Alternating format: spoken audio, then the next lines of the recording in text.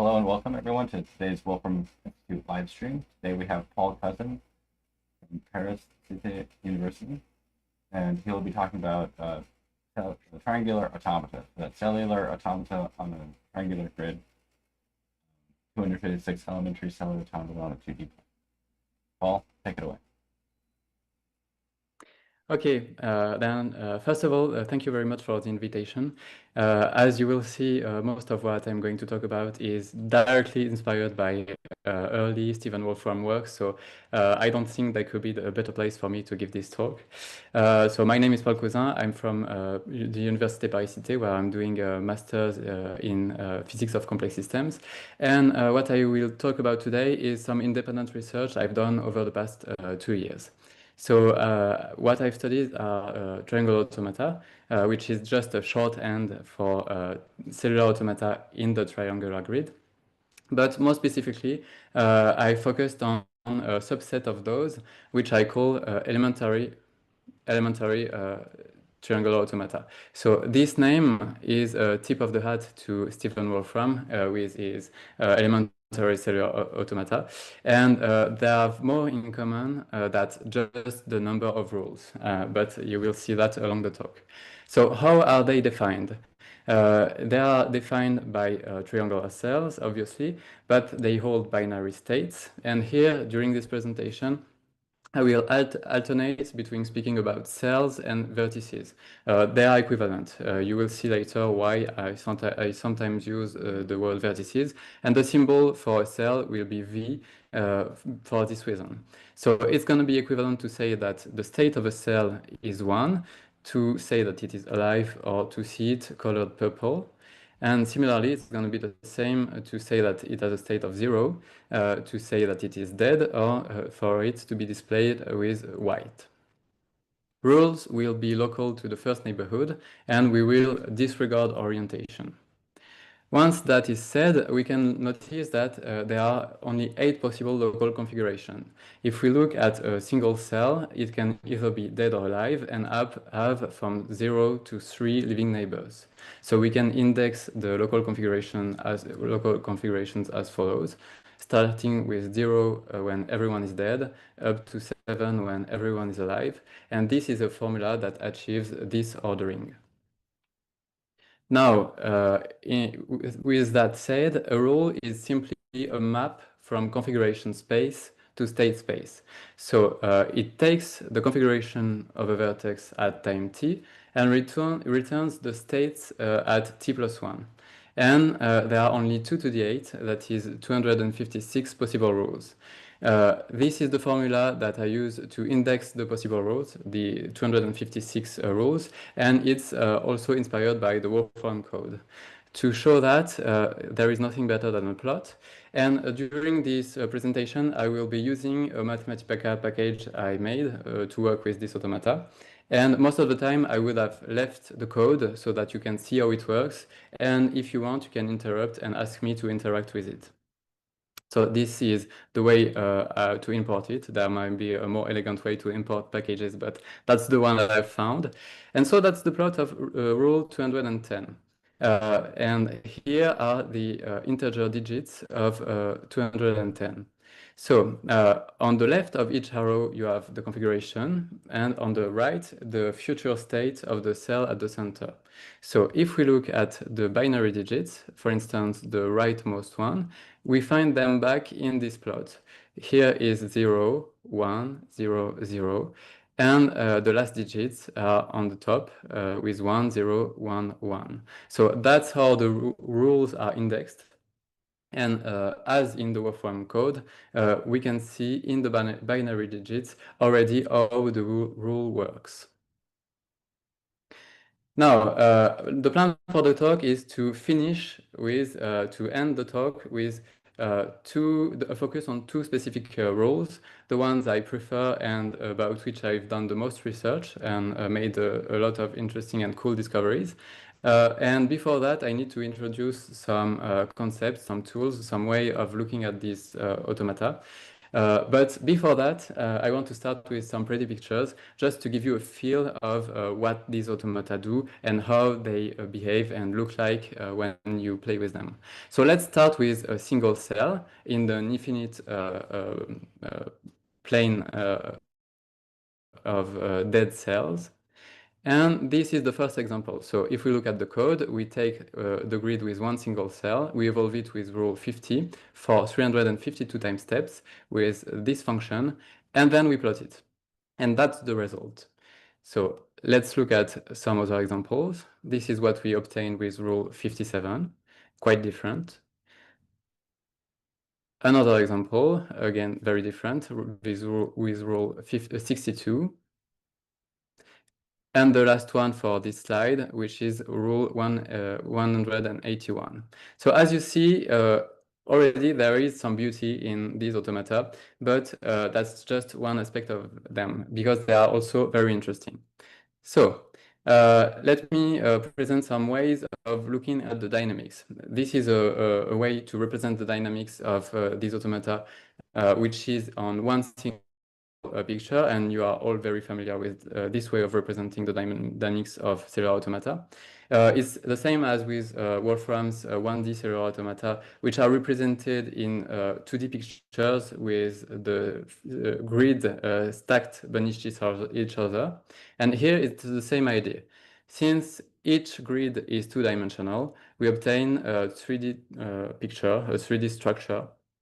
And here is the example of rule 10 that has been run from a single living cell for 512 time steps.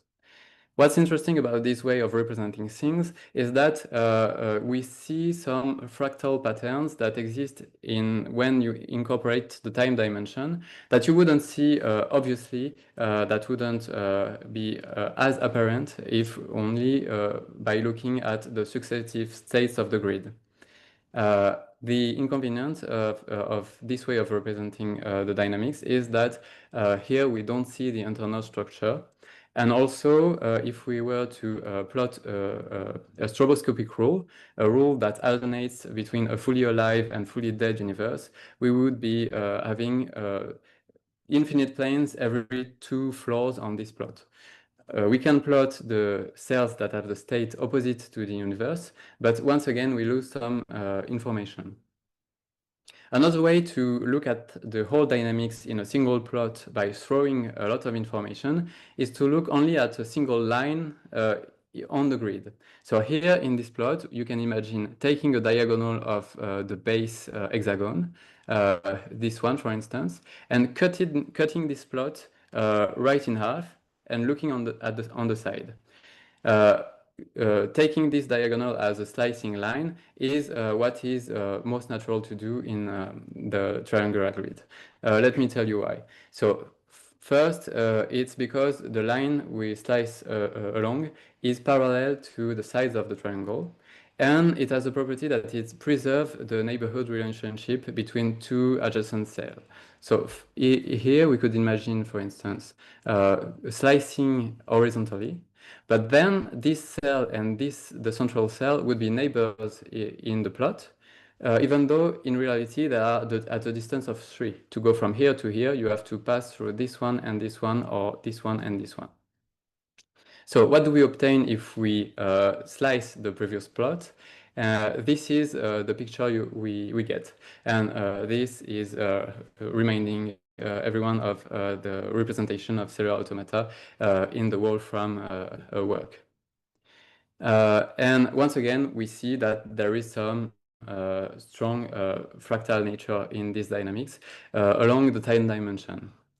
And to convince you, maybe to convince you that it's not obvious to see this fractal aspect, let me show you what the grid actually looks like at every time step. So here is the evolution of this automaton, and we see that there are some fractals. So for instance, every power of 2 minus 1, we have some Sierpinski triangles. But during the rest of the dynamics, it's not obvious, at least to me, that there is a strong fractal aspect to this structure. Okay. All of those are really so beautiful. I have said. That's very nice. Thank you very much. Thank you very much. So I've said earlier that there was a strong relationship between elementary triangular automata, those I work with, and Wolfram's elementary cellular automata. Actually, the connection is very deep. There are some very similar behavior, but there is a subset on each side of this that are strictly equivalent. Let me tell you how. So the 64 rules that are on the side of Wolfram's elementary cellular automata is the subset of rules which don't differentiate between the right and the left neighborhood. In the jargon, that are called outer totalistic. And these rules are absolutely equivalent to 64 rules in the triangular grid. And these rules have another property, is that they maintain the uniformity of layers. So what are these layers I'm talking about? If you take a cell and you look at the region of influence of this cell over time, you will see that it grows layer by layer in hexagonal layers. So that's what you see here. And if you start with a grid in which every cell in a layer has the same state, those rules will maintain this property throughout the dynamics. So one way to find these rules is to enforce the condition that starting from configuration 1 and configuration 2, the future state must be the same. And same thing with configuration 5 and configuration 6. This is equivalent to say that the second and the third digit in the rule number are the same, as well as the sixth and the seventh digit. And this is a map from the two rule numbers in both sides. So here we can take the example of elementary triangular automaton rule 97. We reshuffle the digits of the rule and we obtain a number which is 73. And that's what I claim, this is the elementary cellular automaton that I claim is equivalent to rule 97. So let's first look at what rule 97 looks like. As you see, there is this uniformity of layers that is maintained from the first grid, from the first around the initial living cell. But let's look at a slice plot. Let's look at the states of this grid along the vertical line. And here you recognize, probably, the very famous rule by 73 of Wolfram's elementary cellular automata. So this is in this way that they are equivalent. If we look at the last grid in this plot, which is at time 128, this is what we obtain. So we were looking at the states along one of the diagonals of this hexagon. Now you might be wondering, is it possible to encode every initial condition that we could give to Wolfram's cellular automata in the triangular grid? Because here we can notice that if we want uniform layers, we have to have some symmetries around the central cell, and we have to have both sides being the same. But you can imagine taking the central cell here and putting it at infinity to the left. Then you will expand this part of the plot and end up with infinite stripes going from infinity up to infinity down. And using infinite stripes, you can actually encode any initial condition that you could give to Wolfram's elementary cellular automata. It doesn't require any symmetries at all. If you don't want to work with infinity, you can roll up the infinite grid on a tube or a cylinder, and then the number of cells you need per stripe can be as small as you want. You can even use only one cell per stripe, and then you can reproduce with this automata all the dynamics you can find in Wolfram's outer totalistic rules. However, the opposite isn't true. There is no way, at least no obvious way, to encode the complexity of the 2D grid in a single line, except maybe for resorting to Turing-complete rules. But the parallel between the two RAMs and the there is more richness in the initial condition that can be put in the initial conditions in the triangular grid than in on the 1D line. Okay, so you're saying that there's an embedding of the 1D cellular automata into rows here that you can map them in. Yes, basically, if you want to, if you start with an initial condition in a Wolfram cellular automaton, you can take every successive state and turn it into an infinite stripe going from infinity up to infinity down in the triangular grid. So here we can zoom a bit on this plot. And that would be an initial condition for Wolfram's elementary cellular automata with alive, dead, alive, alive, dead, alive, dead, alive, dead, dead, dead, etc. So this is the way in which you can encode these initial conditions. And you don't have to use infinity. You don't have to use an infinite grid to do so. You can just roll up the grid, or even if you are finite, for a while, it's going to behave the same. Okay. Okay, another thing that has interested Stephen Wolfram for a long time is what happens to the initial living cell. And that's what he calls the center column in his cellular automata. And here we can do the same. We can look at how the first living cell behaves over time throughout the dynamics. So these plots are exactly that. You have to read them from left to right and top to bottom, and these are the successive states of a single living cell under these 4 different rules. The first is not displayed because it's always on, because that's the initial conditions. But here you can see that there is some kind of randomness, but also there is some structure. It's very easy to differentiate between the 4 rules. Another thing we can do is to notice that because of the symmetries of the triangle, there is 2 layers around the initial cell that must remain uniform, whatever the rule you are using. So for the first neighborhood, it's kind of trivial, but for the second neighborhood, it's the same as well, because there is an horizontal line of symmetry here. These 2 must be the same for forever, and these 2 as well. So we can map these 3 states into RGB colors and reproduce these plots, but with colors. This is another way to represent this mapping. So here it means that if only the central cell is alive, it's going to be colored red. If its first neighborhood, but not itself, is alive, it's going to be colored green. And if both are alive, it's a mixture between red and green. It's going to be yellow. Same thing for the other combinations. And these are the plots that we obtain. To me, they are amazingly beautiful. And it's fascinating for me to think that they come out very naturally from the simplest 2D cellular automata possible. So let me take a moment to say a few words about that. So why do I say that the 256 cellular automata I'm working with are the most fundamental 2D cellular automata? First, we are drawn to the square grid because it's easy to work with. It's easy to implement in a computer, and it's easier for the brain to think about it. But from a mathematical point of view, if you want to look at the simplest shape that can have neighbors in the 2D plane, you cannot go below 3 edges. You have to start with a triangle. So this is the simplest polygon you can imagine having in the 2D plane. And this is the one that has the least number of neighbors.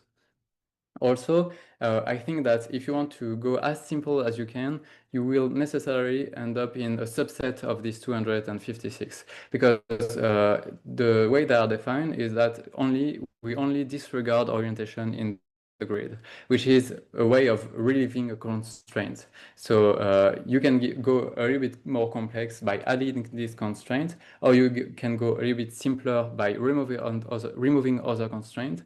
But I think you will end up in a subset of these 256 rules. And that's amazing to me to see that there is so much richness and so much beauty to be found here. Okay, let me keep going. And not only they are beautiful, but they are very interesting. One interesting property that 4 of these rules have is that they replicate any finite pattern that you give them. And it's interesting to think about because from the very inception of the field of cellular automata, there was an interest into self-reproduction. John von Neumann famously came out with a structure that was able to self-reproduce, but he was using the square grid and a lot of states per cell, and there was a lot of design involved into constructing his structure, which is what is interesting in his work, obviously. But little did he know that if we were to remove a lot of constraints in his definition of cellular automata and go to the bare minimum and the simplest cellular automata possible, already 4 of those had this property. So let's look at these 4 rules. These rules are 85, 90, 165, and 170. So here we start with a very recognizable initial condition, and we go down on each column with these different rules. So as you see, for now, it's pretty random. But here we have a hint that something is going on. Let's keep going.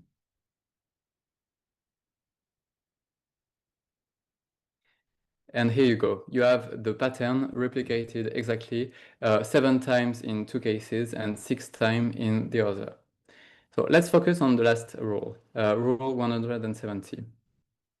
This rule is cool because it can be easily described. I like when rules can be summarized in a very short English sentence that conveys the whole dynamics at once. So here this sentence could be, cells with an odd number of living neighbors will live.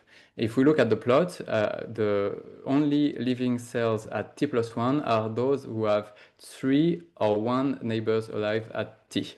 And this is actually a rule that is part of a subset of these cellular automata, those that don't look at the state of the cell, but only the number of living cells around it. So let's look at an animated version of what you've seen earlier.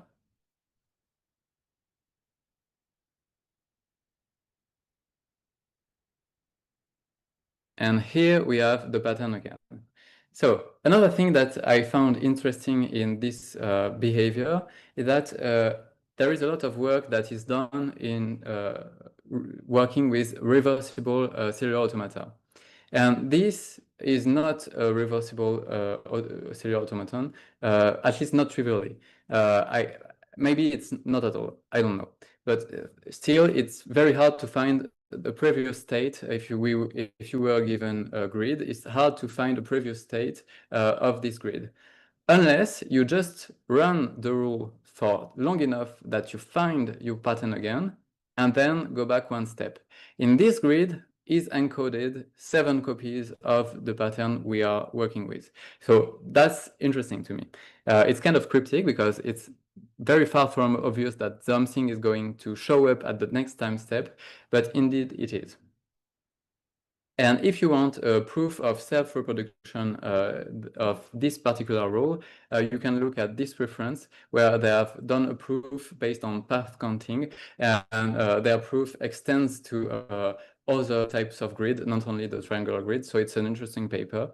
And I think it could be easily extended to the other 4 rules with very little work. But I've not looked into that in so many details.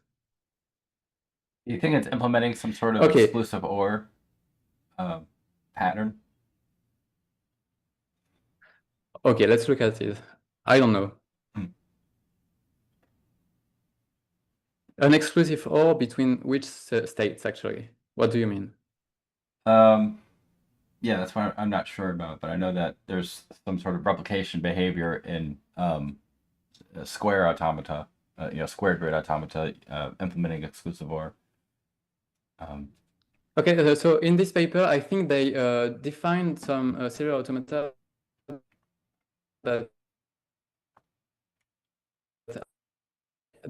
I think the idea was to say at the neighbor of the cell and to see if there was an odd number. And I think it was sufficient. I'm not sure I remember it correctly, so you would have to check it. But I think they extended the same idea of looking at the neighborhood and counting the number of states to the square grid. So maybe it's a version of XOR. I don't know. Yeah, it could But be. if Yeah, you want to I learn might more have my about notes mixed up on. It might be even or odd.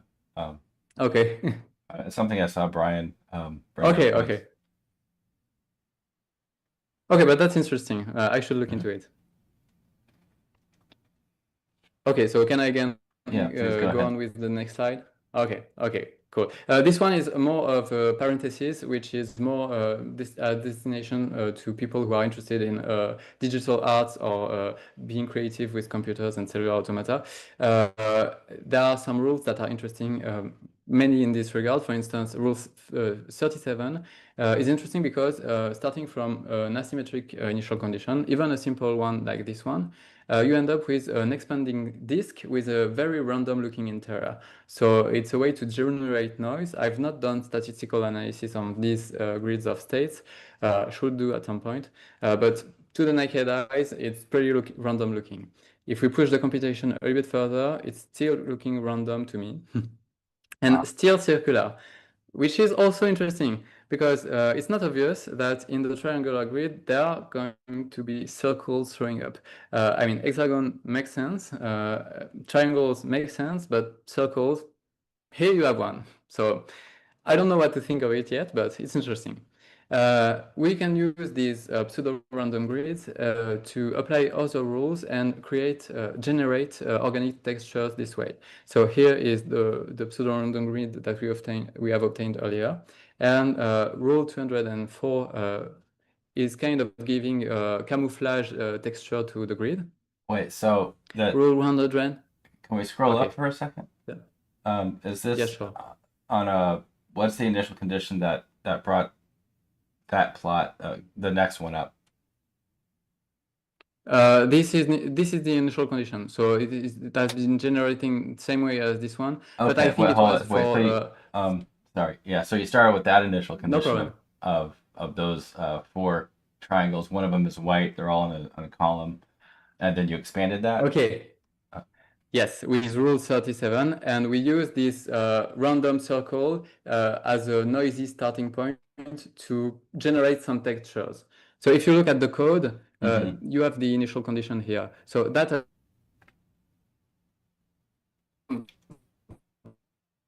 this symmetry, this is this one. The noise has been generated with rule 37, and then the texture is applied in a way by rule 204 in 32 time steps. Okay. And this is the result. So this is the camouflage pattern that it generates. And these rules that I'm going to show here are very hard to spot as being interesting because they don't expand the patterns you give them, they modify them. So if you start with something very simple, it's going to remain boring. But if you give it some noise, it's the way in which they shine, they texture it. So let's go to another example. This is an example I kind of like. It's rule 100. And here is what we obtain. Very organic looking. It's almost like a petri dish or the map of a cave seen from up top, something like that. And the other example goes a bit further in the direction of being a map. We can actually generate mazes. This one is generated with rule 108 and just a polish applied in one time step with rule 252. So let me zoom a bit. These are pretty good mazes. So you can start from any point and try to escape. And sometimes it's possible, sometimes it's not. I've played with it a bit. Anyways, it looks interesting and pretty organic. So it could be used to generate maps for video games or I don't know. There is a lot of possibilities. So, but this was more of a parenthesis. That's very interesting. Let me go to the next slide. Yeah, Yeah, indeed. I really like the I find texture it of them. It interesting is too. very organic looking. Yes. So now I'm going to talk about one of my two favorite rules. I keep the other one for the very end to keep your attention throughout the implementation explanations, because I really want you to be focused. It's not going to be complicated, but I will try to convey the fact that these automata are very easy to implement. So I want to empower you to experiment with these automata, even if you don't want to use my package. So rule 53. First of all, that's the plot that displays its behavior. Nothing very particular at first glance. We only notice that if we start with a single living triangle, it's going to remain the same, because having one living triangle in the neighborhood and being dead will keep the cell dead, and this one is not going to change as well. So we can look at what it does to an hexagon made of 6 triangles. And this is what we obtain. So to me, it's very beautiful. It's kind of snowflakey, but with a lot of interesting details. And we are just getting started. This rule is amazing, as I hope I will convince you.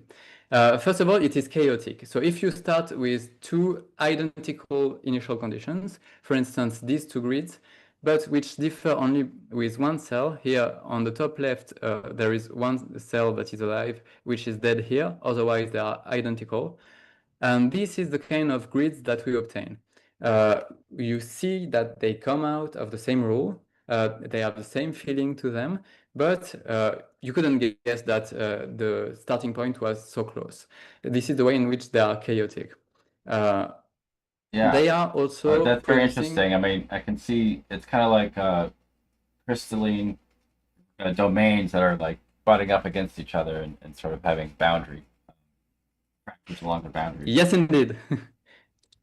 Yes, indeed. You spotted it very early, and I was just about to talk about that. So this rule displays some antiferromagnetic behavior.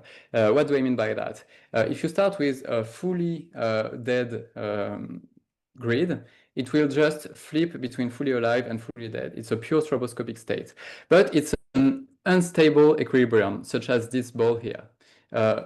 If you just sprinkle around a few living cells here and there is a big chance that we will end up into one of 2 equilibria. These equilibria are antiferromagnetic in the sense that every cell has only has neighbors with only opposite states to it. And there is 2 possible phases. One here, for example, that is displayed with living triangle pointing to the left, and one with living triangles pointing to the right. So you have to just define a direction, and you can very easily see which phase your part of the grid is in. So let me show you a video. Do you still see it? Do you see the video? Okay, so here is the initial conditions. It's fully dead except for some living cells here and there. The grid is a torus in the sense that if you exit this way, you enter back this way, and same thing if you exit this way, you enter back this way, and same thing for the last 2 sides. So let's look at what will happen.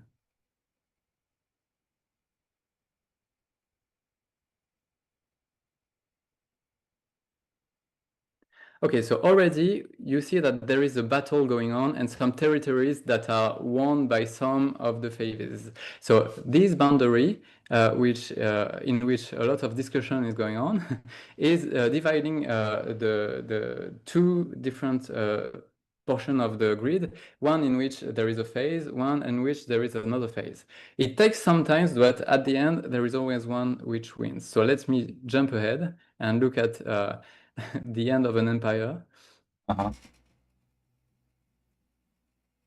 like what they call them empires. Have won. One have won. It has been swept up. To see more clearly what's going on, we can apply a mask on this grid, which will highlight the phase in which the grid is. So let's run exactly the same video, but with the phase mask. So you're very soon gonna understand what I mean. So here we clearly see the 2 phases. And basically how I've done it is just I flipped one cell of one cell in, for example, I flipped all the states of the triangles pointing left, and this makes right and some phases. Oh, okay, let's jump ahead once again. Can you turn off? I'm sorry. Can you turn off your video so that your upload rate can be dominated by the video that you're showing? I mean, your camera. Can you tell me? Oh, I should turn on my turn off my camera. That's it. To conserve bandwidth. Thank you. Okay, let's see. Okay. Okay. All right. Is it better? Yeah. Yeah. I can go back. I think this will. Okay. There was a lot of information in this portion in this video, so that's why it might have been a little bit laggy. Okay, so back to the slides. So I have one question about that video. Okay. Sorry. Yes. Can you replay the No last problem. half? Yes. And so this is showing the evolution, but after you applied almost like a convolution or a certain screen, an image filter, I guess. Yes. Okay. Yes.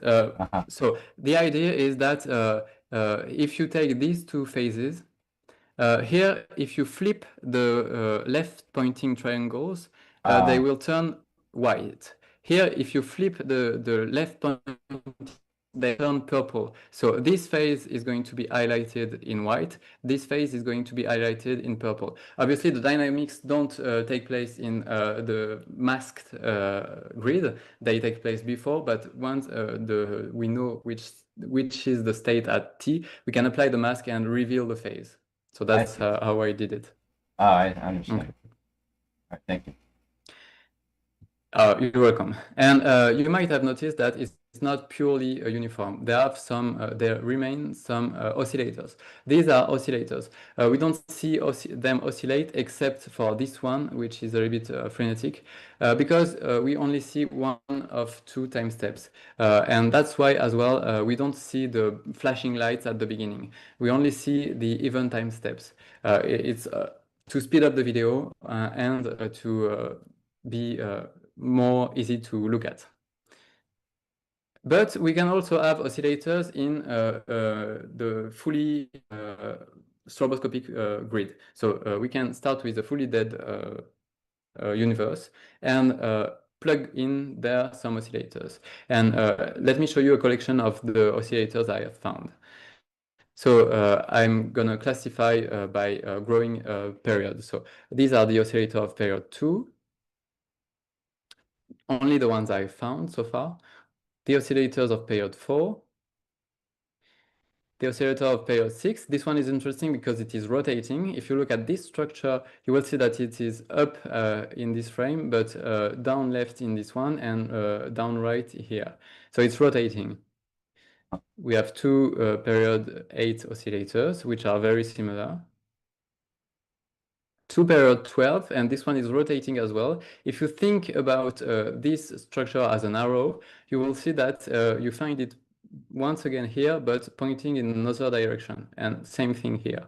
I see. So it takes like 3 steps, or 4 steps to rotate. 4 steps, yes. 1/3 to do yes, 2 pi over 3 rotation. So then it's yes, 4 times exactly. 3.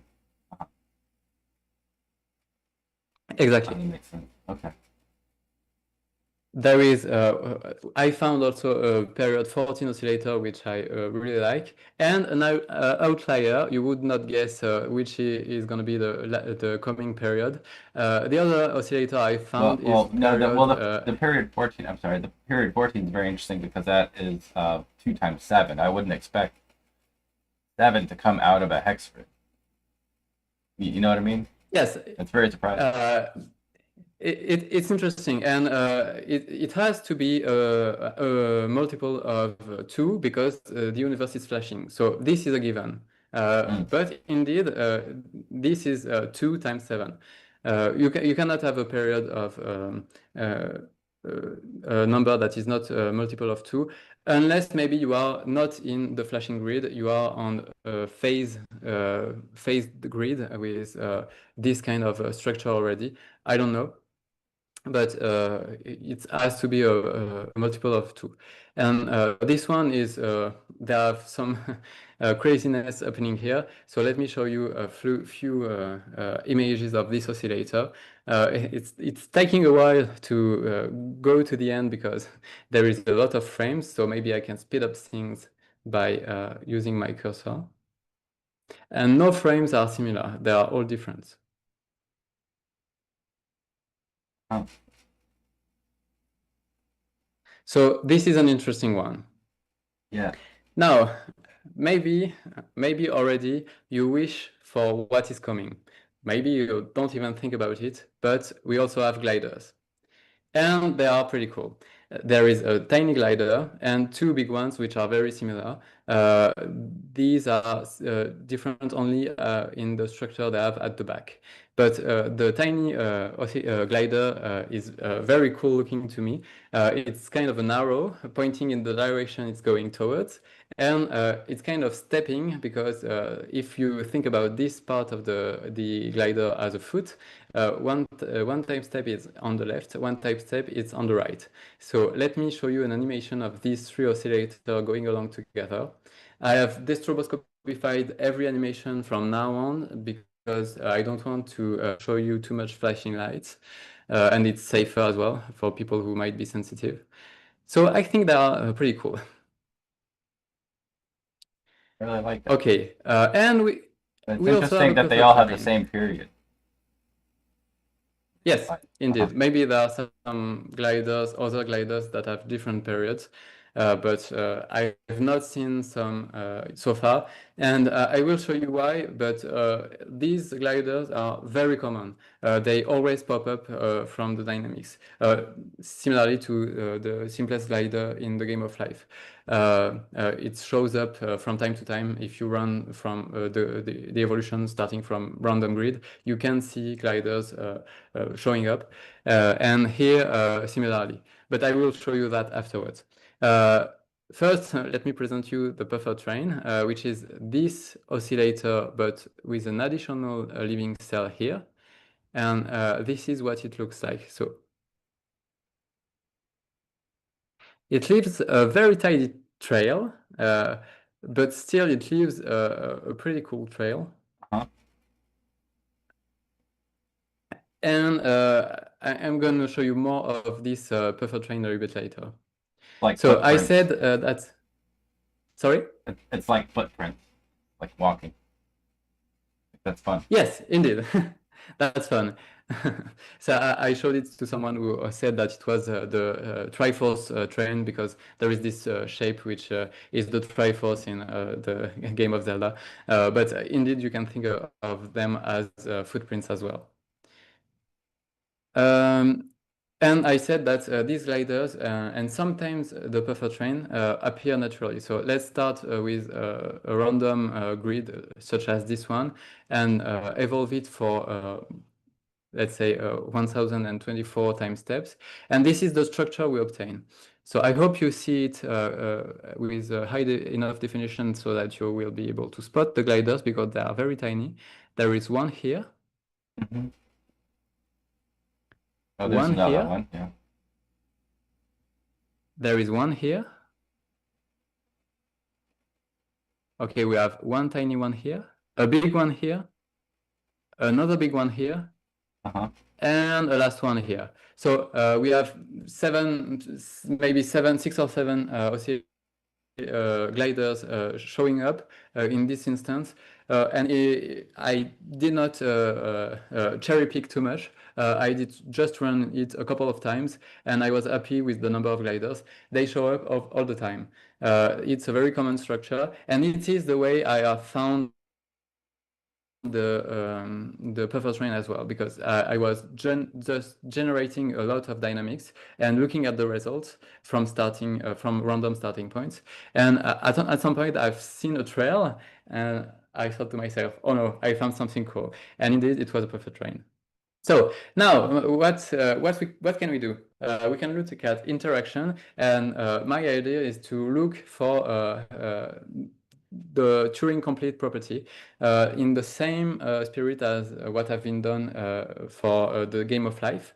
In the game of life, there is some structure that are required to create Turing complete processes that I don't have so far. But this is the core of how it works in the game of life. You have two oscillators colliding and annihilating, and that we have. What we would need to reproduce the the game of life, we would need mainly a glider gun and a structure that is able to absorb gliders without being disturbed. And these two structures I have not found so far. I'm pretty sure they exist. Maybe they are complicated. I'm hopeful one day we will find them, but so far I have not seen them. And I'm hopeful in a sense because these oscillators are very common. They show up all the time, these gliders, sorry. So hopefully there is some repeating structure that is able to output them. Another way in which this glider can collide is frontally in a very cute explosion. But they also can interact in other instance, you can have one glider killing another one and continuing on its way. Oh, wow. And same thing is if they are going frontally towards each other. Another cool interaction possible between several gliders is that you can have one bouncing on another. And I've added another one at the end because there is an oscillator left behind that you can clean with a glider as well. So this is an interaction that is pretty cool. And once again, it makes me hopeful that we can find a lot of structure working with these gliders because there are not an infinite number of ways in which we can collide gliders. One of them is we can find more structures. We can also redirect gliders to have them changing direction using an oscillator. And because the oscillator is rotating upon impact, you can redirect several different gliders coming from different directions. It would be cool as well to find a structure that is able to redirect a glider without being affected, but I have not found some so far. And we can have the buffer train followed by a suite of cleaners that tidy up the mess and remove the oscillators. Oh, nice. Very cool. I'm glad you liked it. Yes, I think it's very funny as well. Okay, let's look at them a little bit more.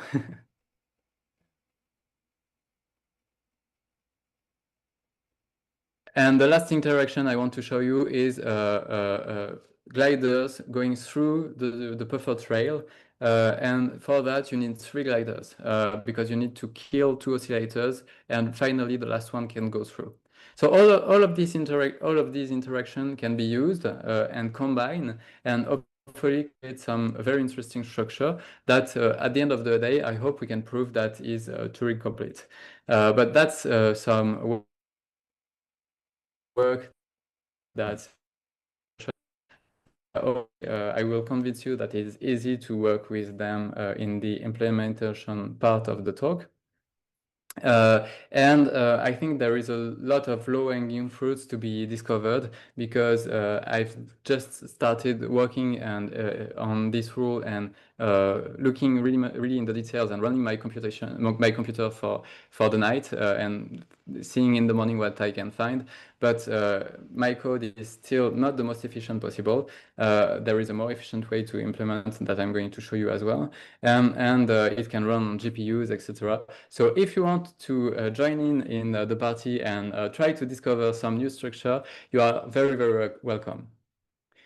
So let me, just before speaking about how to implement these automata, mention some facts. Every rule has an evil twin.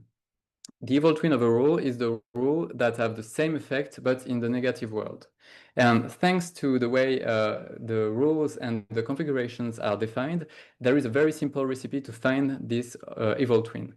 You take the rule number in its binary form, you swap ones and zeros, and you reverse the order of the digits. So let's take rule 146 as an example. Here we can apply this recipe and we find 182 as an output. So let's give to rule 146 a single living cell and to rule 182 a single dead cell. And indeed, we obtain the same result after a few time steps. If we flip the initial condition, it's going to be the same as well. It's going to be different, but it's going to be the same. This is how to find an evil twin. Now, you wouldn't guess what happened if you only apply one of these two steps. So if you only swap ones and zeros, or if you only reverse the digits. You basically have a recipe to destroboscopify a rule. So a rule that is stroboscopic is a rule that in which the rule number starts with a 1 and ends with a 0. And so let's, for instance, take rule 53 as an example. So you can swap ones and zeros and you obtain 202, or reverse the digits and you obtain 172. Now what you need to do to destroboscopify dynamics is just to alternate between those rules. And this is what you obtain. I think it's, so this was discovered by someone from Canada called Pierre-André Noël, who wrote to me an email, and I was so excited to see that because I was searching for a way to make looking at these automata more pleasant, but still kind of elegant, and I think here it is. You have to alternate between these two rules, and you have the same dynamics, but without the headache. You can also imagine alternating between two different rules without having the goal of destroboscopifying a rule in mind. And in the next slide, I'm going to show you a selection of what you can obtain from such a process. So to do so with the package, you just replace the rule number in this line by a list of numbers, and then the code is going to be alternating between the two rule numbers starting from the first one. If you alternate between rules 57 and 40, you obtain a proper Sierpinski triangle. The Sierpinski triangle shows up all the time, but almost always in 3 copies. Here you have one Sierpinski triangle centered around the original living cell, which is pretty cool. There are some cool looking structures. Here you have some sort of a round shape with the starry points as well. This one is pretty cool, but because there is two distinct structures, but they still mix in the middle. So if you look closely, you can see that we have the Sierpinski triangle extending into the purple hexagon at the middle. There are some other flavors of stars. And the last example I want to give you is this one, because it has such an interesting shape, and it has also some fractal nature into it. So it's kind of a Sierpinski triangle seen from the top, and like a pyramid. It's not the right word, but you can see that there are some triangles that are here, here, and here, going smaller and smaller. And I just stopped the dynamics at some point in which the shape was interesting, but you can close the triangle and have a proper top view of a Sierpinski pyramid of some sort. So I'm guessing that the initial condition for that one was like a left-facing triangle. Yes. So the initial conditions are here. So it's just a triangle for this one. There is an exception, which is this one, which is starting with the hexagon. So let me show you. It's the hexagon we were working with earlier. So this is the starting point for this one. Sure. But the other ones are just starting from a single living cell. Okay, let me now talk about how to implement these automata. So I think one of the reasons why there have been so little study of these automata is that it might feel complicated to implement them. And I was surprised to see how few papers were written on them. And I think it's part of the reason, because it can feel a little bit more complicated to work with them. And it is, but it's still very, very simple. So let me start with this, but the most versatile implementation possible, which is the graph theoretical implementation. It's an interesting one because most 3D structures in computer are type with goal. So if you manage to get the adjacency matrix of your 3D object, you will be able to instantly run every one of these automata on your shape very easily. Here we are going to use the plain triangular grid as an example, but you see later that if you want to work with the triangular grid, there are some better techniques. First of all, you need to order your cells by the adjacency matrix. So here is a possible of the ordering that grows in layers around a single cell. And the recipe for this ordering, if you want to construct the adjacency matrix of the triangular grid with this ordering, you can look at the paper I wrote in Complex Systems. I give it here. There is a more simple one where you start with an hexagon and you expand 2 layers by 2 layers. And this have not been published, but if you want it, you can ask me. And this is the graph representation of the same grid. So why do I say it's super easy to work with?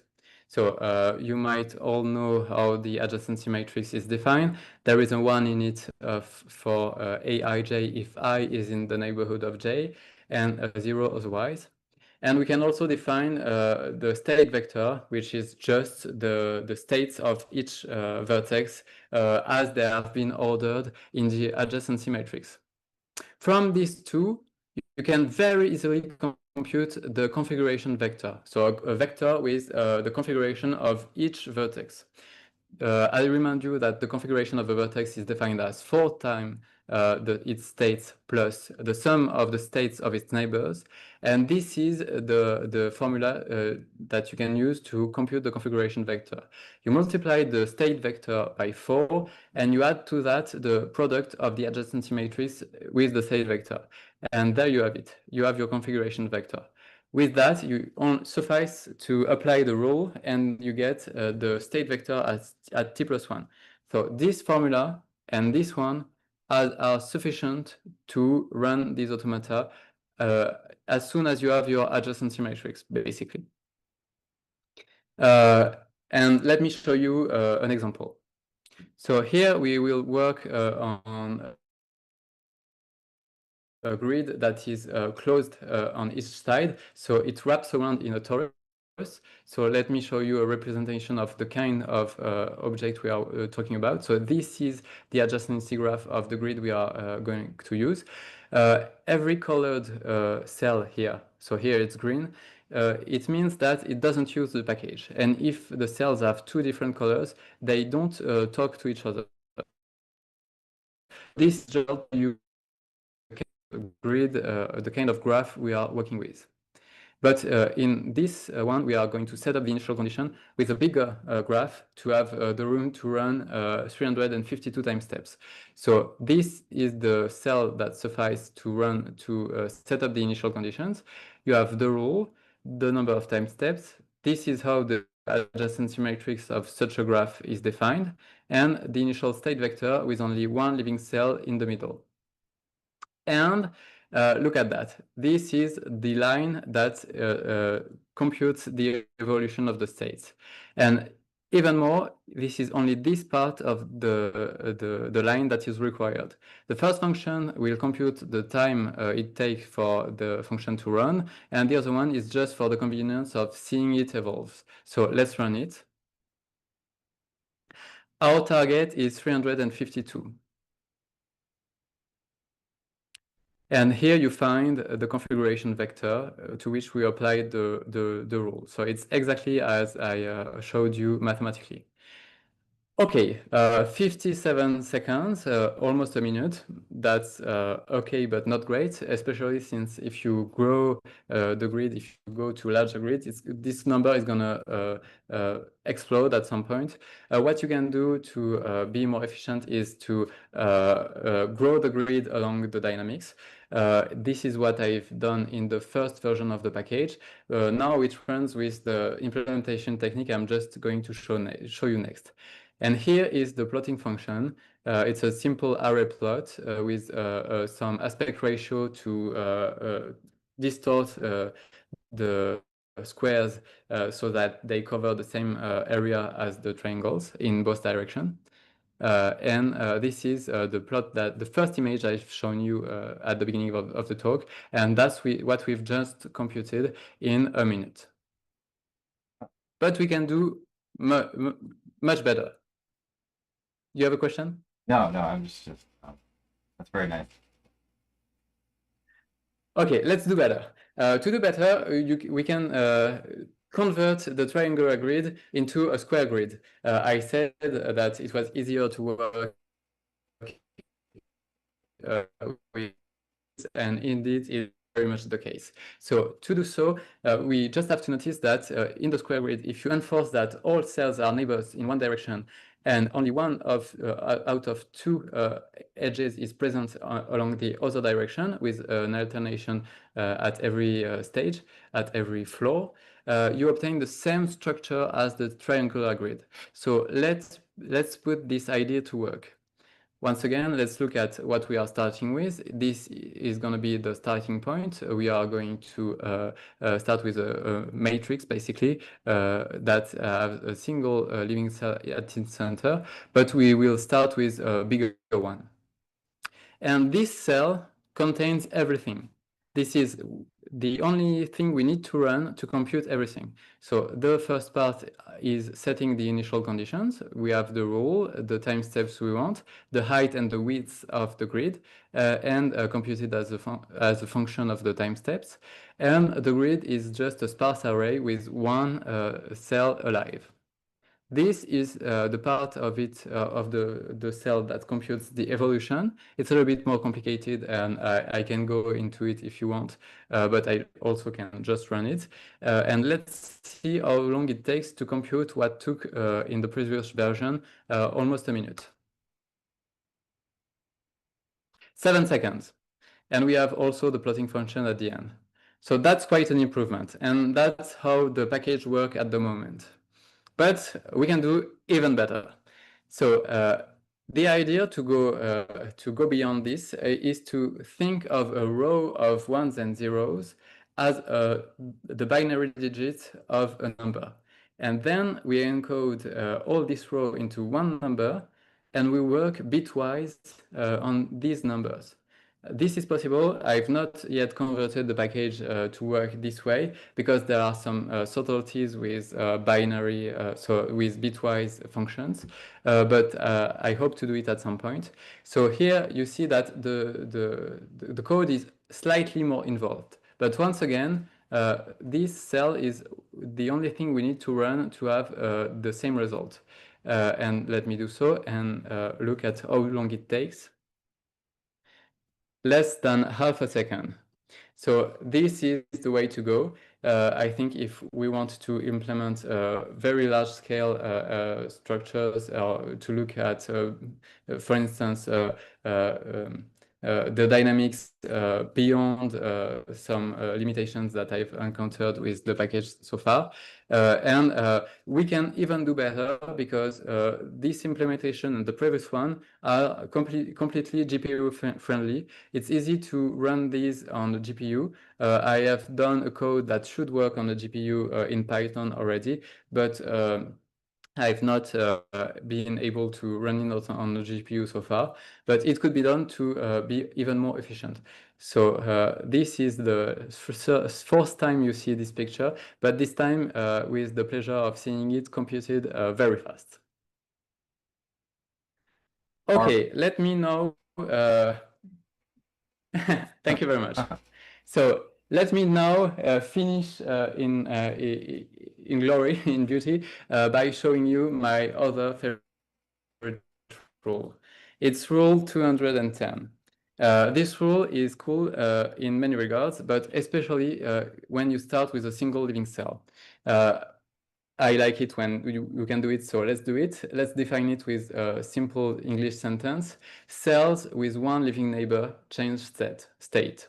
So this is the rule plot, and you see that every cell keeps its state one neighbor. So very simple rule to define.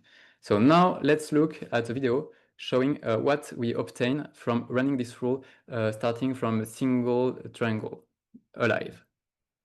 So if you are sensitive to flashing lights, it is the time to look away for a moment, because for now it's okay, but it's going to start flashing quite bad at some point. Now, let's look at it for a bit. And now you might be wondering, so why is this rule so cool? For now, it's pretty boring. It's just an expanding hexagon with some flashing behavior. Not a lot to be seen here. And I agree. And indeed, this rule is interesting and special because of the scales at which it operates. Here, you don't see yet what is the most interesting in it. And it's gonna show up at some point. Maybe if you want, you can play the game of trying to find when you first start seeing something interesting happening. I warn you, it can take some time, but you could already start seeing the premise of it. So we can notice that there are some darker spots in the middle, some blobs, but that's absolutely not what we are going for.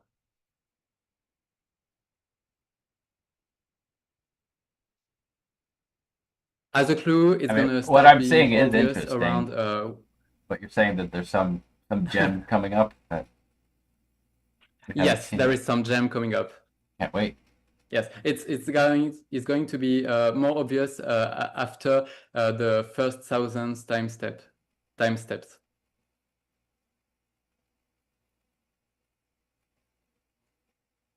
But I already see it because I know where to look.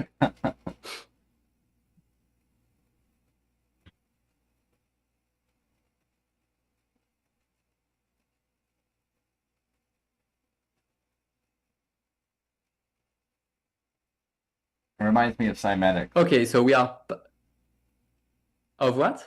Cymatics, if I'm pronouncing that right.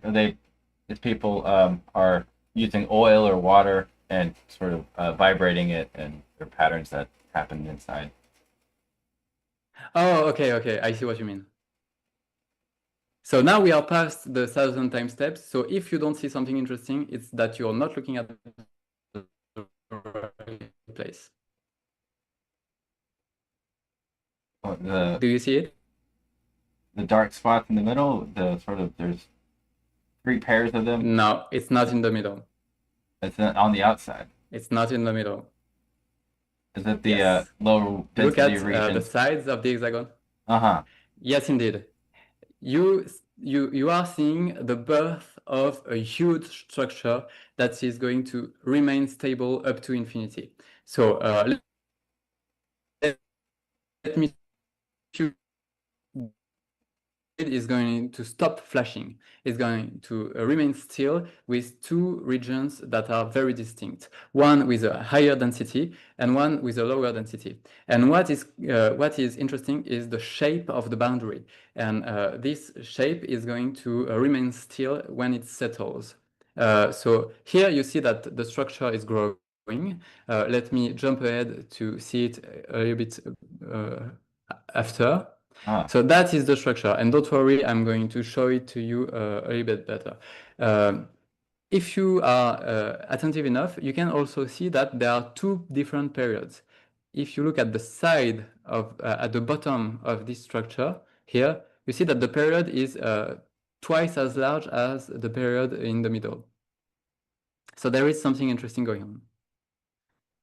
So we are almost at the end of the video. It's gonna stop at a point where the structure appears very clearly.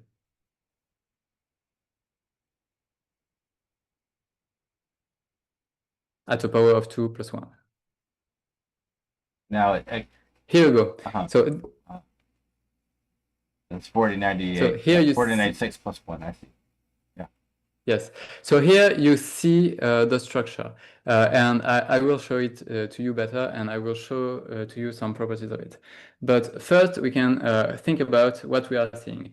It's a structure that we see the details of pretty clearly. We see some shapes, but we are very far from the grid. Every triangle is very, very tiny here. We are looking at a structure here, which is, let's say, something like 3,000 triangles high.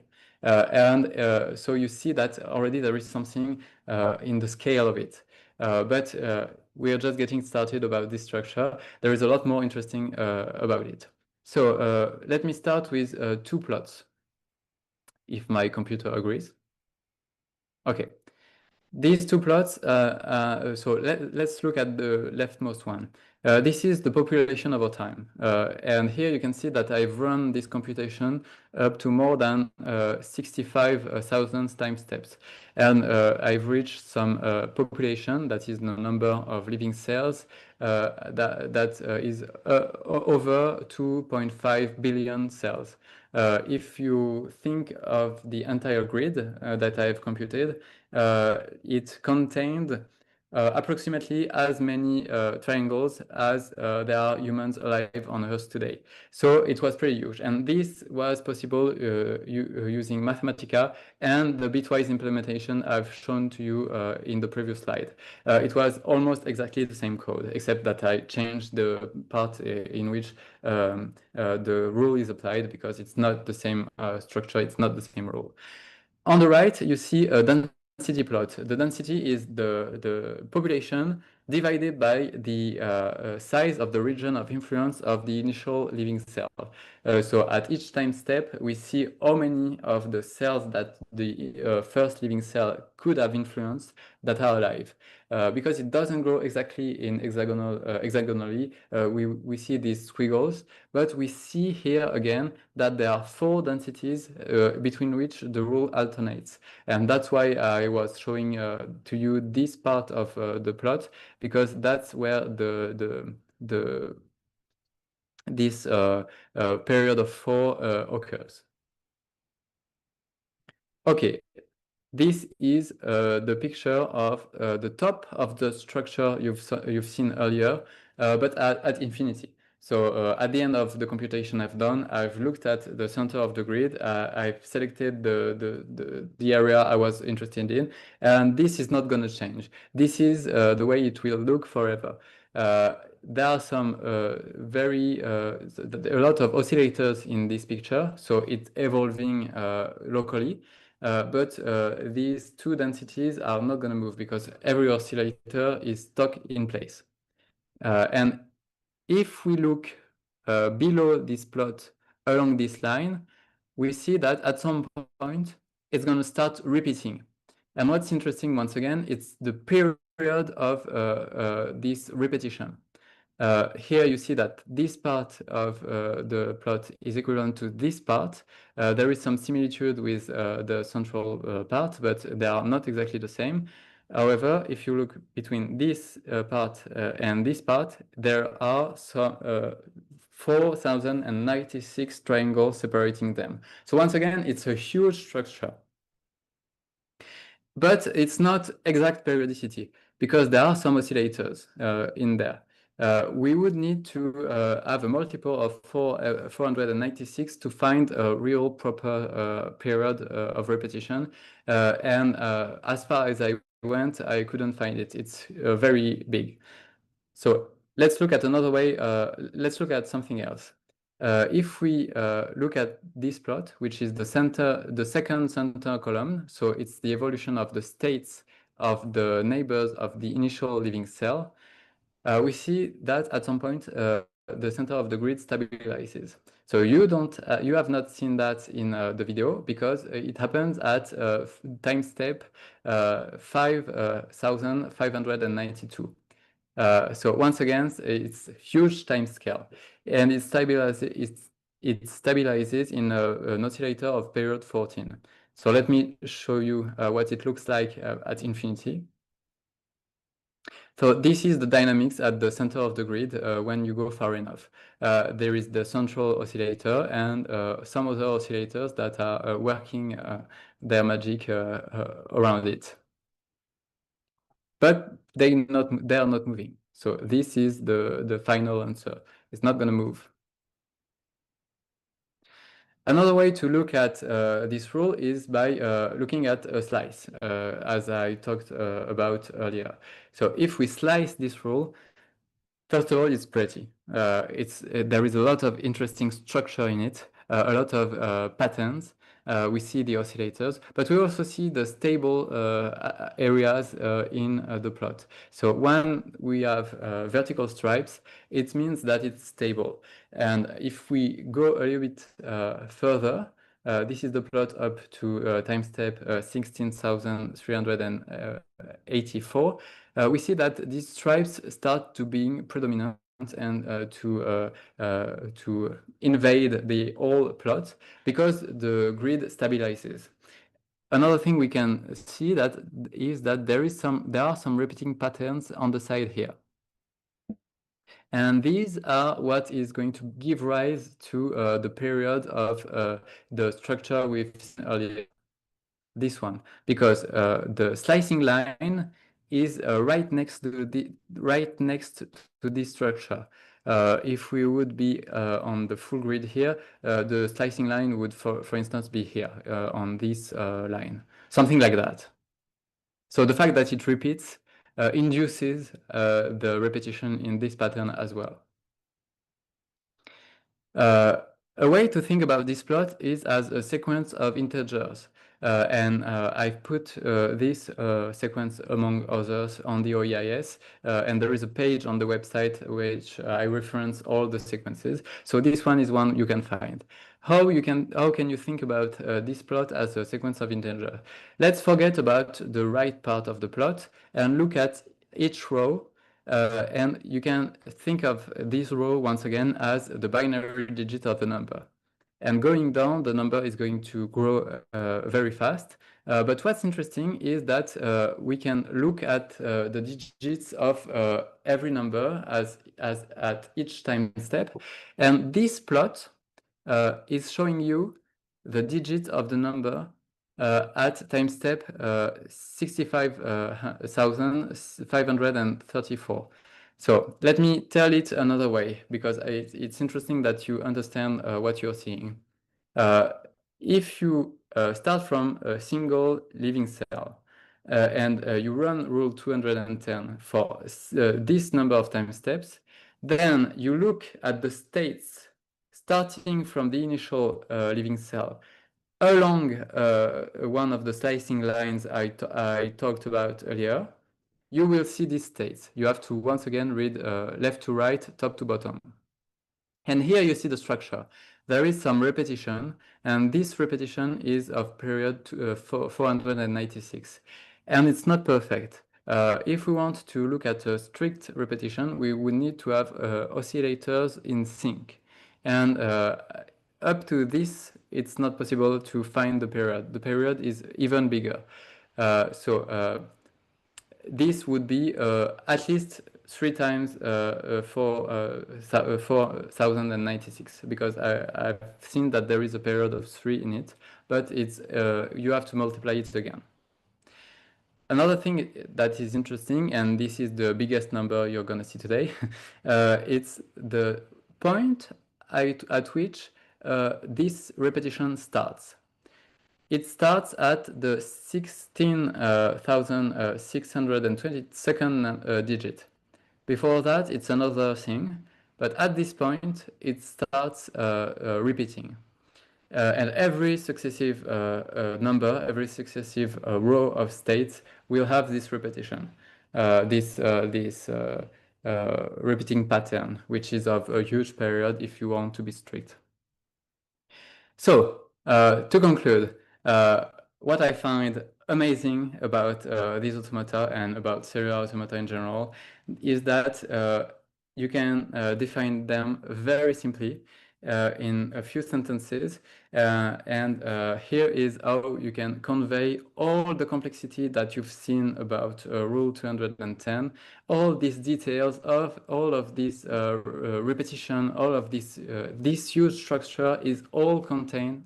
All of this is contained in these sentences. Cells into triangular grid or binary states start with one cell and iteratively change the states of cells with one neighbor, with one neighbor. And even Aristotle could have understood this phrase, and even a long time ago we could have thought about this problem, but never without a computer could we have discovered all of this richness, all of this complexity, and that's why cellular automata are so awesome.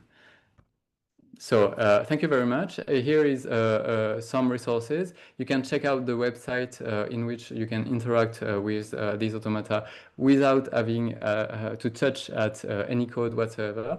If you want to find these slides, they are at this link. Be careful not to put the heads after HTTP, otherwise it won't work. There is a package demonstration on the website that is kind of a manual where you see all the functionality displayed. The source code of the package is found here. The paper published in Complex Systems earlier this year is at this address, and there is a YouTube channel with some video. So thank you very much. I'm open for any question you might have. Wow. Thank you, Paul. That's really amazing. There's so much to explore with this.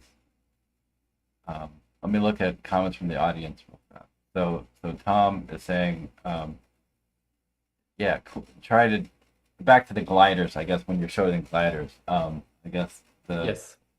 try to do computations with them. I guess like what would it take to do to prove Turing completeness with this kind of setup? Okay, so to answer this question, you can look at what has been done in the game of life. Basically, you need few gates, and all of the gates are based on the interaction in which two gliders annihilate.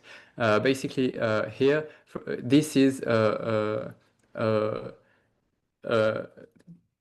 this is a NOT gate. If you imagine having a glider gun here, shooting gliders all the time here, and a structure that absorbs them, the fact that it's coming from here, it negates this row of digits. So if you want to think about a glider as a 1 and the absence of a glider as a 0. And same thing the other way. So two gliders annihilating can be used to create a NOR gate, a NOT gate, and there is some similar structures based on this interaction that can create all of the required gates.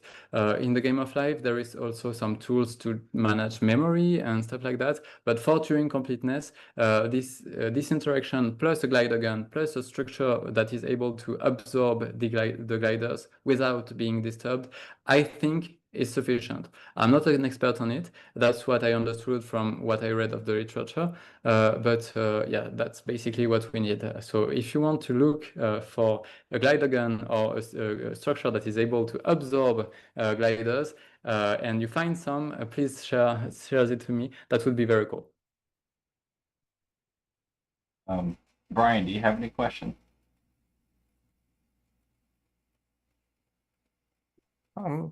More comments than questions. First, this was spectacular. Yes, I agree. I think that, congratulations on all of the work that you've done. I could say the various things that I was thinking as you were going through it. I don't know how helpful that would be. The first is a minor comment. The even odd rule does lead to replication really often. So that's kind of not surprising. And Dugan even mentioned the fact that you just try the even odd rule on 2D grid and you get that. But that's kind of trivial. The second, which is interesting, is last session that we had as in this series was talking about engineering versus discovery. And it does seem like in your talk you are going through both of them. And if in fact you want to be able to, if you want to be proving Turing completeness, that's kind of an engineering problem, Yes. right?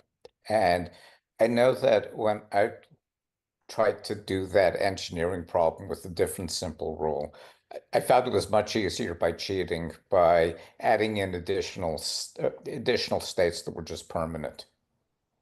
Okay. Okay, and it's a cheat. And my mathematician friends all sneered at me for suggesting that. But if in fact you're trying to do things on a grid like that, just pinning down a permanently live state and a permanently dead state makes everything else tons easier. Okay, so that was one Mm. comment. Um, Okay. a different one is the other dimension that I did, and this was more of the exploration side than actually trying to engineer anything, was when you had the it switches on one, the thing that I fell into was by adding one more state that was a refractory state, that instead of being birth, refractory, death, doing that kind of gave a sense of directions to things, and it started leading to all sorts of interesting structures that What do you mean by refractory? if you look up Brian's brain, which every time I say its name, I have to say I didn't name it, somebody named it after me. But there's the Brian's brain cellular automata, which has the Okay. rule. It's a square grid, birth on two, always born on two. Once it's alive, it immediately goes to an in-between state, and that in-between state, the step after goes to back to the idle state. Okay. And what that did is it gave things a sense of direction. So the minimum glider ended up being just two cells in that one. So it made the minimum glider much smaller because if you're doing this. The other thing is really a question, is a thing that I think I've asked before. I'm wondering if, Dugan, you may remember, I was asking if people decided to move off integer dimensions, right, between 1D and 2D. This is truly between 1D and 2D, right? What you're doing is more than one-dimensional, but less than two-dimensional. And when you showed the grid implementation, you had everything connected, and then on the next line, every two. You could change the fractal dimension by saying instead of every two, say every three. What do you mean Which, by it being less than 2 dimensions? if It has, I guess, the it has definition. less connectivity than the two-dimensional square grid. Yes, a Oh, okay, two-dimensional okay, I square see. grid. Yeah, Okay, yeah, two-dimensional indeed, yeah, square indeed. grid. Yeah, for each out, you're covering n squared things. This is, I'm not going to get it right. It's some, there's a three in there somewhere. It, but if you go back to the slide you were showing where you were showing the implementation in the squares. So the Yeah, that one, implementation, this that one? page, Okay. that exact page. It just seems to me that there's a whole interesting set of explorations that I'm almost afraid to suggest because I don't want to slow you down, from the path that you're taking on now. This is basically, and you show this even on the next slide, this is making a different kind of grid, right? If in fact in the even rows, instead of every other one, you did something that was every third one or something. Okay, you change the Yes. path. What you would end up is with a much less visualizable grid, but possibly a grid that had different interesting properties, right? Because Yes, that's a rabbit hole. yes, that's a clear rabbit hole. If you go to the next slide that you had in this one, um, actually, This one? there was a place where you showed what the grid looked like. Yeah, This that one? one. Yeah. Okay. It's essentially it's suggesting figuring, play the games that you're playing on cousins to this one rather than exactly this one. Yes. Right. And again, it's a rabbit hole, so forgive me for Yes. suggesting rabbit hole. No, it's fine. I've already explored some of these ideas. Let me try to remember. What I tried Okay, what I tried is to every time step switch which of the horizontal cells were connected. It's still remaining a triangular grid, but it's not the same. And there is a lot of structure happening here, a lot of beautiful pictures, which are very much deprived of triangles or hexagons. It's mostly square. But that I started going into this rabbit hole already. So yeah, it's an interesting direction into. Because I could mention the rabbit hole next door. If you go back to, I think it was the previous slide. Yeah, that one. You could, no, the graph picture on this one. Go back a little bit. Not that graph picture, the 2D graph picture. There. You could decide. Yeah, the triangular grid is graph. And what you were showing us in the later part is this graph was immensely huge, right? You could, in the immensely Yes. huge one, add crystal defects. Okay, that Yes. arbitrarily blow away the occasional point and reconnect it to the two neighbors. Yeah, and that's funny that you say that because I these Cellular Automata came from another approach to Cellular Automata, which was more close to what Stephen Wolfram is doing nowadays, which was the idea of taking a graph which had a degree of 3, and then implementing a cellular automaton rule, but with sometimes a cell dividing. So here you can imagine the central one dividing into three Right. different. And again, I was just suggesting the reverse. Three. So And connect. Yes. Yes, but it's the same sort of thing. so that's the kind of defect that we can add. Yes. Right. Indeed. And in fact, if you add the defects systematically, you may not totally blow away the symmetries. Yes. I think you're right. But again, that's the kind of things that no, I thought the presentation was really, really good. Thank you very much.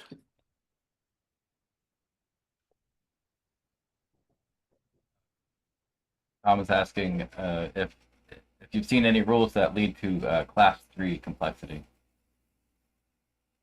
Can you define class 3 complexity for me? Because I don't know. Brian, what does that mean? What does that mean again? That means like there's some regions that are, it's like rule 30, right? That there's some chaos there, but there's some regularity. It's better. It's probably better to just Google for it rather than trying to remember the definition. Let me Google for it. Yeah. Oh, by the way, that's the website. And oh. Okay, so now that I'm on it, let me show it to you very quickly. You can, if you want to answer your questions by yourself by looking at the behavior of the rules, you can go to the gallery and change with the bottom panel what you are looking for, and then click on any rule and change stuff and look around.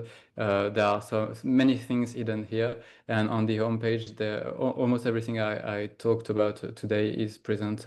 If you look at here, you have everything. So let me Google class 3 complexity. Well, if I can write.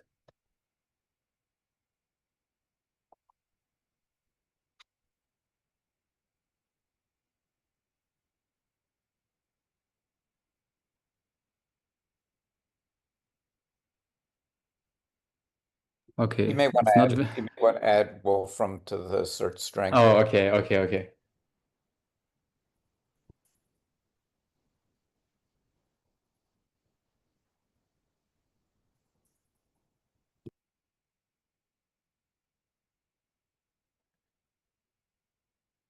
Okay, I will need to, okay, class 3, chaotic and pseudo-random. Okay, so maybe I can answer. Rule 53, I shown to be chaotic with an example, but it's very obviously chaotic. And pseudo-random, you can go to rule 37, the one I used to create some noise. and I need to do some statistical analysis of what it produces, but it's very clearly a very good noise. I'm not sure how much how noisy it is, if it's pure noise or if there are some correlations still. But as I said, to the naked eyes, it's very random looking. So these are two different rules. A rule that would be chaotic and pseudo-random, I think maybe probably rule 37 is random and chaotic. But since it's noisy, it's hard to see that different initial conditions lead to different states. It's because it's not noisy that we can see a very clear difference between two initial conditions in rule 53. So here is my answer. Maybe rule 37 is a good example. We will need to check that it is indeed chaotic by comparing what it produces after so many time steps, starting from very similar starting initial conditions.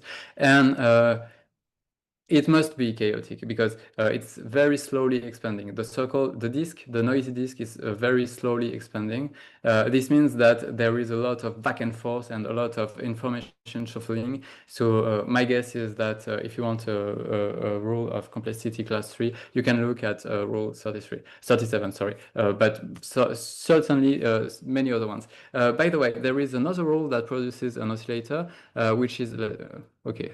Since I'm close by to the website, I can show you, but I don't see what I'm doing. Okay, I don't see what I'm doing due to the Zoom. Okay, I can show you another oscillator, glider, sorry.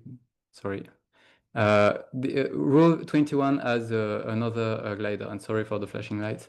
This is the glider that I found in rule 21, but it's less interesting, rule 21, because it is so noisy. Let me show you what it does. But the glider is beautiful. It's kind of a bird, in my mind at least. And this is starting from a random initial condition so let me show you the initial condition. So that's where we start from. And that's where we end up. So this rule is probably a very complex one and very rich as well. But because it has less structure, I have not looked into it as much. That's rule 21. Yeah, oh my God, there's so much to explore. Yes, indeed. And there's so much to explore just in the class of looking at the three neighbors and having binary two colors, one radius, basically. I shudder to think what would happen if you looked at three state or three color patterns. Or more, yeah, then the space explodes. It becomes. But the alternating rules can be seen as a sort of a rule as well, which is happening in two time steps and looking at the second neighbors. And this is a way to. So if you want to play and see beautiful picture and generate a lot of interesting stuff, you can use the package and use the curly brackets to give different rule numbers and look at what it creates. And it's usually very interesting, especially if you start with interesting rules. If you start with rule 210, for instance, or 53, my two favorites, and you mix it with other rules, you will end up with a lot of beautiful and interesting stuff. I've done that, and I've just presented a selection of those, of the results I've found, but please play with it and look for yourself. I've already presented a rabbit hole for you, so it's only fair that you give it back to me. But you can explore very easily. I also hope that I conveyed the fact that the package is pretty easy to work with. If you want to see, that's the page in which I'm demonstrating the package. And so it's very, very easy to work with. You can draw your own grids with a pop-up and do a lot of stuff with it just in one line of code, basically. Beautiful. I'll be having a lot of fun with this one. Please do. All right. Are there any other questions? Yeah, actually, a small one. The idea that alternating between a rule and its equal twin makes the thing less flashy. Do you have a way of understanding that? Okay, so yeah, it's not really alternating between the rule and its evil twin. Let me show it again. So this is the recipe to find the evil twin, and Yeah. there are two steps. The way to find the distroboscopified pair of rules is just by applying one state, one step, and the other. So it's another procedure. Here we start with rule 53 in both cases. And in this one, we swapped ones and zeros. And here we reverse the digits. And to understand that, we can look at... Oh, I see. So this is updating rule 53, but using rule 202 and 172 to mitigate the flashing. So let me explain what's the logic behind. What happens in this plot if you flip all ones and zeros? Basically, you will have the same behavior, but you will end up in a negative version of what you created. So that is a way to just run a time step of rule 53, then flip back the states. You can do it in one step. Just you take this plot and you change the states of all outgoing states. You flip all of what this rule outputs. So for the first step, it makes sense. You just obtain the same result, but with all states negated. The other one is kind of the same idea, but you don't flip the states of the right part of the arrow, you flip the states of the left part of the arrow. So you reverse the order, and you will see if you read this plot backwards, you will end up with the negative version of it. So here we start with all dead, and we start with all alive. And here we have one, the central cell is dead with one living neighbor, and here it's the opposite. So this is how it works. You work directly on the rule, and you create your behavior by first negating the output, so finding another rule which create the same next step but negated, and to do the subsequent time step, you just negate where it comes from. I hope it was clear enough.